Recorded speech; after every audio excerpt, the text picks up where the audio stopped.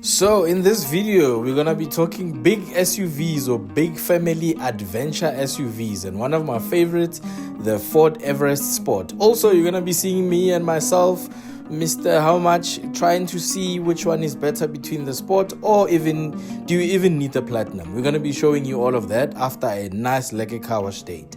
So today we've got the Ford Everest Sport. This car is one of four derivatives that come with the Ford Everest, which you've got the first being the XLT, you've got the Sport being the second one in the list, which I think is really nice. And then you also do have the last number, the top of the range, the one on your screen right now, the Platinum, the VSOP, which I think listen, I could risk it all and just go for this one. But hey, today is not about that. It's about this beautiful one in your picture in blue. This is the Everest Sport. Where does it sit on the hierarchy? It's number 2 on the line, and this will cost you 1.1 million with all the specs that you're seeing on the screen.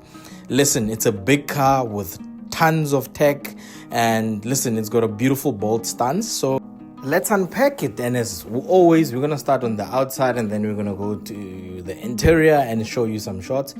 So in front, this beautiful car has a bolt stance. You can't miss it. If this car is approaching from the back or it appears on your side mirror, trust me, you will see this car and you will move on off the road because of its huge presence. But what gives it presence?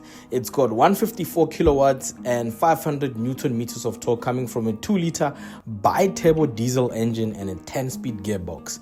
In front, you've got a beautiful Ford logo, but this time it's in black. Usually it's about blue color, and you've always seen that. You've got a nice Everest name badge at the top, which is in gloss black. You've got beautiful C-shaped lights, which I think Ford really did well with these lights. They're nice and bright at night. You also do have some fog lamps down there. Also, you do have a side step that helps you get on top of the car. This one, unfortunately, it's not in steel like the one on the Mahindra you saw, and as well as the one you find on the, I think you also find it on the Raptor. And then on the side, the car is wearing 20-inch wheels, and these rims come standard with the Ford Everest Sport, but if you wanna switch them for 18-inch wheels, depending on what you want to do with the car, because if you're gonna be doing a lot of off-roading with this car, you will probably require a second set, or you could just thug it out with these ones. But I still say you deserve a second pair. The same ones we've seen on the Platinum, which are 21-inch rims. I don't think they're really that practical for off-roading. But you can get an extra set. You know what I love about Ford? They know how to do window tint, and they never miss. If you look at the front and the back of the car, nice privacy glass at the back for your kids so that they don't get sunburn. But also the law in different countries says that you must have a visible, clear visibility on your front driver. You do have a bi-turbo badge on the side. Usually if it's a V6, it will write V6 on the side. And you've got nice gloss black handles that match the rims, the roof racks, as well as a bit of the lights at the back. When you look at the back on this car, a lot of manufacturers find it wrong, or they get it wrong most of the time. A car will be so beautiful in front and the back will be disappointing. But I think this is really nice. You also do have your park distance control at the back. You have a nice spot badging down there. You also have a nice Everest badging inside, but this one is not like the gloss one, like the one in front, but it's inside this little glass thing. You've got LED lights at the back. I'm gonna attach a picture so you can see how they light up at night, which I think they're really nice. They're not too much, but also if I'm gonna be spending R1 million on a car, I must get some LED lights at the back. They must look nice. I mean, 1 million these days buys you something decent, but also we've seen some cars that are really basic that never really came at R1 million. You've got nice gloss black that matches the side badging there. The mirrors also are in gloss black, which I think this gloss black, I have never thought that they would match the blue this much, and they match it very well. So they got nice front grille, the roof racks and all of that. And I'm a big fan of gloss black. I'm sure you might have heard in most of the videos that I've made in the past. Okay, so this car's been out for a couple of months or a year by the time you see this. And I think, I mean, you know exactly what you're looking for on the outside. Now let's look at the interior. You've got a nice spot that is embossed onto the leather. This car comes standard in leather. The sport does come standard in leather. So we're going to be unpacking some of the features on the inside. Also, if you look at the from this angle, you can see that there's another row of seats at the back. And another thing that's notable here is that the car does not have a sunroof. Unfortunately, the Sport does not come with a sunroof. However, what comes with a sunroof is the Everest Wild Track, as well as the Platinum, because I mean they need to separate them somehow. And that Everest Wild Track as well as the Platinum, between this one and the Platinum, you're looking at an additional 200,000 rand. But hey, if you're gonna get heated seats as well as all these, heated steering wheel, I sort of understand. You've got tucked away cup holders there. You've got nice gloss black there by your air vents, which I think is nice. Next to that, multifunctional steering wheel. This is a push to start car. And on the inside, the gear sticks slightly look different from the one you find in the Platinum as well as the Wild Track. This is that small one that I'm gonna touch a video that you can see in the middle there. There you've got your driving modes dial. This car is a full 4x4, so you can drive it in 2 high or 4 high or 4 low, so you can go off-roading without having to worry. This is what pops up on your screen when you are flipping on the drive modes. You will see that you've got a sand mode, you've got slippery, mud, and all of that. So depending on whether it's raining or wherever you are in the country and what you're trying to do with the car. Cool. This is the POV, or your view of the car when you're sitting on the driver's seat when it's rolled back. You've got your multifunctional steering wheel, which I think is really nice. It's got your cruise control, assistive lane keeping. You've got your hooter there, as you should expect. But one of my favorite features is this sun visor. Usually you've got sun visors that are open up like this, but on the side there usually there'll be a bit of sun where you need to tuck in a paper. This, you can actually push it back like that, and that is one small feature which I think it's quite convenient, man. And I'm that guy. I've got quite sensitive skin, so if I get a bit of a sunburn, pimples are coming. The next thing, my skin is reacting funny there. You've got your sunglasses there, because these days we drive with sunglasses to look cool. Tango. Also, you are looking at a car that's going to give you quite a lot. And if you're going to have most of your families here in this car, because it's a 7-seater, you need to have all the bells and whistles. So you've got 2 cup holders here in front of you. This is excluding the ones I've just showed you, the ones that get tucked away. You have your wireless charging in front. You also have something where you can put your chips, which I think is really nice. You can put your chips there, and then you can charge your phone up there. There's even a sign there that shows you that you have to put chips there. So if you look closely down there, you'll see there's a bit of a sign for chips. So when you've got those 2 a.m. drives from McDonald's, you know where to put your chips next time. You've got extra storage compartment in there under your cabby hole there, which it's covered in leather, and you've got extra space down there where you can put your service book, or you can put your, if you want to store your tablet or something like that, so that botsoti don't bother you. You will be cool. And then you've got a nice tucked away handle. A lot of passengers that I had in this car, they will wonder, where's the handle? So it's nicely tucked in there. You've got a bit of ambient lighting in the car at night. I'll try and find a picture so I can attach. If I don't find the picture and I've already recorded this, I am sorry, but I will try my best. The mirrors can fold. Also, when you lock the car, the mirrors will fold.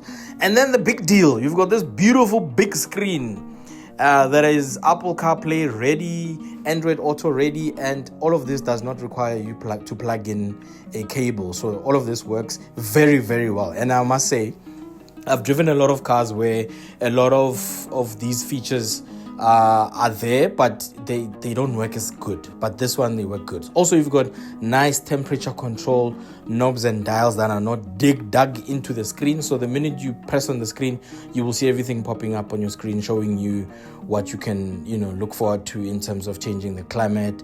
You have your radio, your phone controls, navigation, games. I never had to press this button, but now I pressed it, and when you click on the button, you can see it's a bit of a sketch. So if you've got a kid in the car, that wants to, test their skills, they can just click there and then it'll do all these manner of things. You've got your reverse camera. Unfortunately, this car does not come with 360 cameras. It is a big truck to park, so it becomes a bit of a nightmare when I have to park in my little garage there. But I make it work after all because I did not buy my license. Danko. Okay. So if you are towing a trailer, you can press a button. Now you can see where your trailer is, because usually we would have to go and check, is the trailer still hooked? You can just go and check there. On the Wild Track model, you actually have a functionality where the car can reverse a trailer for you or teach you how to reverse a trailer, which more often than not, you can just use the normal dial of changing driving mode to reverse the trailer.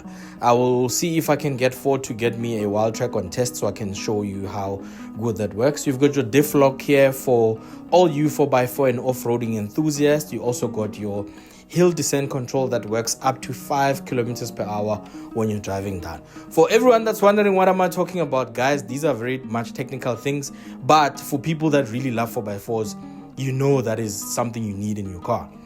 But if you've never done off-roading, or if you've never felt the need to go off-road, I'm probably gonna sound like I'm speaking Mandarin or gibberish. But you do have a much needed feature in this car. Remember when Fords used to be stolen and Toyotas, where they will clone your key and there'll be a Tsotsi walking behind you with a bag that clones your key? Now, there's actually an option where you can actually turn off the key so that the key can only work when you press it. It's not going to open the car because you are walking closer to the car and then all of that. No. So you can actually turn off the key so that it only works when you click on the key. That's why it's written key free. So when you unlock the doors, you can actually decide whether you want only one door to open or all the doors to open. In a huge car like this, I only want the driver's door to only be open, because we live in South Africa, and I've seen where people are opening their cars and another person, a thug on the other side, just also opens the door without you even noticing, and then they open something and they steal some of your stuff in the car. But anyway, these are some of the cool features you can look forward to. It has everything you can think of: the auto lock, the audible feedback if you're locking, and even the boot lid, whether you want the boot lid to open whatever height, depending for really tall people, you can choose how high you want the boot lid to open. You have extra storage here. Please don't mind my mess, guys. I'm one of those people that don't throw away slips because I think SARS is gonna want them one day. And I must also show you that, where I spend the money.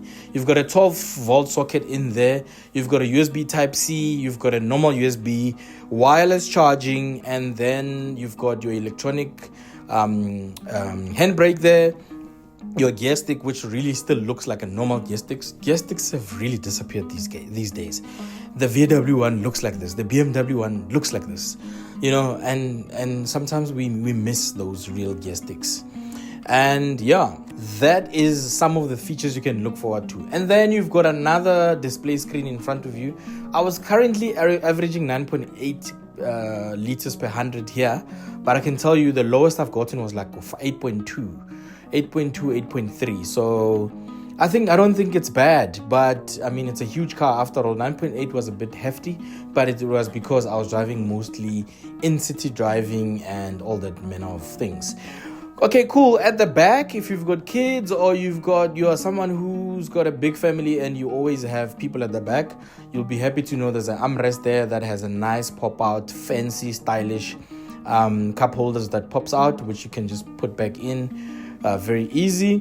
And then again, at the back, like I said, you do have extra seats, which I had rolled down here. I have a table. This is one of those macro folding tables that you can put. So this gives you an idea of how big the back seat and the boot is. But I can tell you, when you've got the seats rolled back and opened up and people sitting there, I think 2 kids can sit comfortably. Small adults, yeah, sure. But I think you might need another storage, maybe like a roof box or a trailer if you've got really 7 people in the car. You've got a leg room that looks like that, but it was because my driver's seat also was rolled back entirely, because I was showing you that POV there. but when the seat is slightly forward, you really don't have any issues there. The seats are electronically controlled, so you don't have to worry about that. And then you have a temperature intensity control at the back. It doesn't really, you can't really choose what you are, like whether you want heat or coldness from there, but you've got air vents on the roof because this is a huge car, which you can also close if you don't want to use them. And then the driver can also set the temperature for you guys at the back, which I think it's cool for when you got kids and you don't want them fiddling with the things at the back. You've got a USB-C at the back and another normal USB, as well as a, this is one of my favorite features. I don't think, I think a lot of manufacturers need to actually get this inside the car. A normal plug socket of 240 volts and 400 watts. Guys, this is what you need. When you want to charge your laptop or you want to charge, like a power bank with quick power, or you want to plug in anything that uses your normal home charger, you can actually use that. For you bookworms or people that love reading books, you can throw in your book there for a bit of a road trip. You can put it in there, or it's just like a back pocket. That's pretty common. More cup holders on the side, and you can put in your Stanley cup or something like that if you don't want to use the cup holder that is in the middle that I showed you earlier on. I must say this car has beautiful sound system that sounds really cool. Ford says it's not a Bang & Olufsen sound system, but I don't think they're telling the truth because the sound system in this car is proper. Pity I can't play the music because YouTube will flag the video. But yeah, at the back you've got an electronic tailgate as we spoke. There's a button that you can find under the E there. The tailgate will pull up. This is the space that you are afforded when you open at the back there.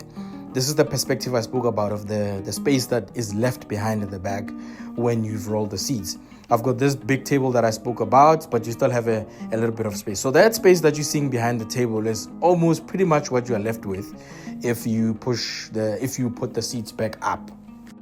And then down there, that's where you find your triangle, and then you can also, I don't know what the space is for, but I could assume you can put ice there because it doesn't have, it doesn't combine with any wires or anything. I think you could put ice there, but I don't know what that space is for. But maybe your first aid kit or something like that. You've got lights on the side. You also have a 12-volt socket, so just in case you have one of those cooler boxes that need to be plugged in, there you will be able to plug them in nicely. You've got cup holders there for the people that are sitting all the way at the back, which I think is very convenient and well thought of. You got ISOFIX points at the back seats. I forgot to let you guys know when I was showing that, but you've got ISOFIX points there. You push the button again and the tailgate will close. You can also open the tailgate using your remote, which I think is really nice. One of the features that are there to assist you in terms of safety is your blind spot monitoring system. So the car will let you know if there's a car approaching on your left, so that you don't overtake and hit other cars. Back on the inside, this is the view from the passenger side. My kid was sitting here, that's why I put the safety belt there. You do have that spot embossed on both seats. Gone are the days where you didn't know what car you are in. These days they want to let you know. If it's an M car, they will write M car. If it's an Everest Sport, they'll write Sport. The Platinum is written somewhere on the dashboard on the Platinum trim levels. But I think it has become a really much common practice now. This car has those leather seats, as you can see. And I think the overall impression of this cabin is attractive. I don't think it's boring at all. I've driven a Fortuner and I wasn't really that impressed with it. Maybe the newer ones look good, but the one I drove a couple of months ago, I was not really impressed, But I think this one looks really cool. Also, that big tablet in front of you, in between your driver and as well as the passenger, makes all the difference. This is where you adjust your seat. This seat can go, I think, 8 ways: up, down, forward, down. Your lumbar can fold in and all of that. So you don't have to worry about the car not having, electronically controlled seats. If I'm paying $1 million, I think we must get those things and they must come standard. And indeed, they come standard. So here, I'm just gonna let the music play and watch you look at us reversing our cars up and downs. Mr. How Much and I were trying to make a viral video, which indeed we did. I think the video got about 50,000 views on Instagram. But I'll upload the video so you guys can see how it looked like. But it was just like a normal reel. Mr. How Much was driving the Ford Everest Platinum. I think this is an opportunity for you to look at it and let's just decide in the comment section which one is better. Is it worth an extra 200,000 rand, or you will still settle for the Everest Sport? Let me know. Let's let the music play. Also, maybe take this opportunity to subscribe to the channel, guys. I always forget to remind you to subscribe. Support local YouTube. It's the right thing to do.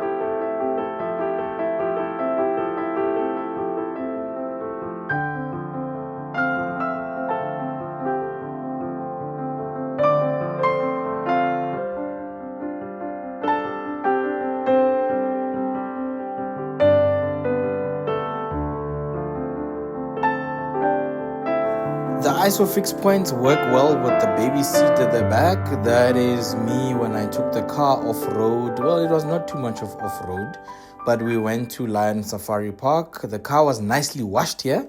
And this is when Mr. How Much and I decided, let's have a contest and see which one actually looks much better. Well done, Ford. Well done. But we're gonna let you guys decide, because personally, if I'm going to be buying a car over R1 million, it might as well just be a V6, guys. It must just be a V6. So I'll vote for the Platinum here. Mr. Ford Much here, sorry, Mr. How Much, was driving the V6, and I've driven it before a couple of times. I think it's a really, really cool car with a beautiful power output of 184 kilowatts and 600 Newton meters of torque, which I think it's well deserved. That is all the time I have for you today, and I'm happy that you watched the video up until this end. If you have, I appreciate you. I read your comments, and I saw that you guys are saying that I'm very detailed, and I've always wanted to be, detailed, because I'm finicky like that. Thank you for watching. Let me know in the comment section what cars you would love for me to review next, and I'll do my best to get those cars. And please follow me on Instagram. Here's my handle. Tango!